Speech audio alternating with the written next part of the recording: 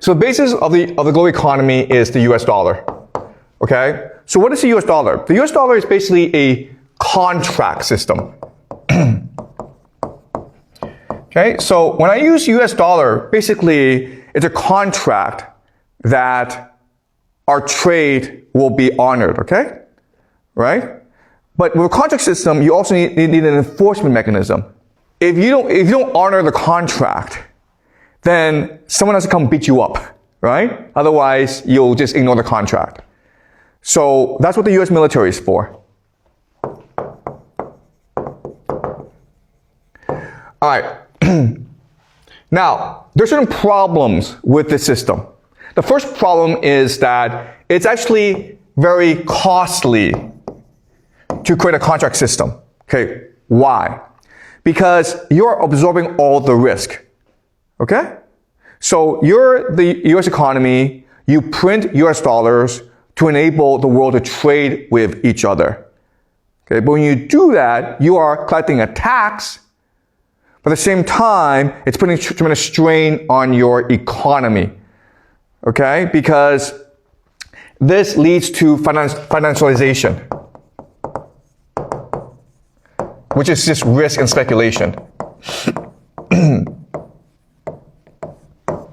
Okay? So all this excess money is being created around the world, and you have to absorb it into your economy, which causes inflation, which causes things to be unaffordable to your people.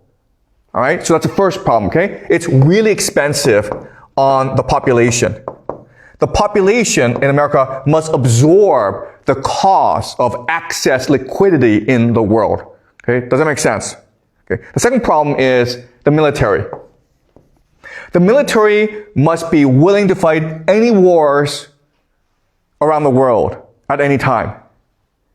Okay? So the question then is there any nation in the world besides America that's one, willing to absorb the cost of creating a contract system, being the global reserve currency, and number two, that's willing to fight a war to enforce this mechanism anytime, anywhere in the world?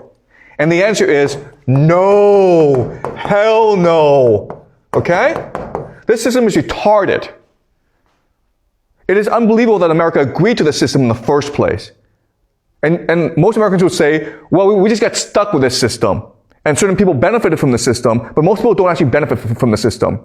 So the idea that anyone is going to come and say, oh, we'll just take over the system, whether it be Russia or China, that's just retarded, okay? No one's going to replace America. So the global economy is just going to fracture. Because again, no one's willing to accept the cost to be the global reserve currency. It's just too expensive. Okay? Does that make sense? Yeah.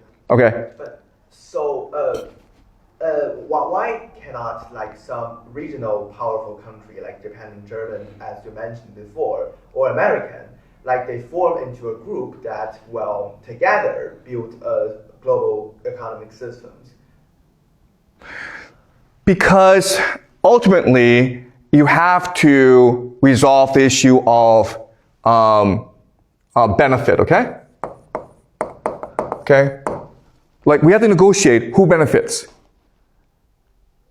Okay, does that make sense? Yeah. And it's hard for nation states to figure that out. It's much easier to have an empire. It's much easier for me to impose my power onto you. But for us to like work together peacefully, maybe for a couple of years, okay? But it's very unsustainable. All right? Why? Because of domestic concerns. Because your population will want to maximize the benefit from this relationship.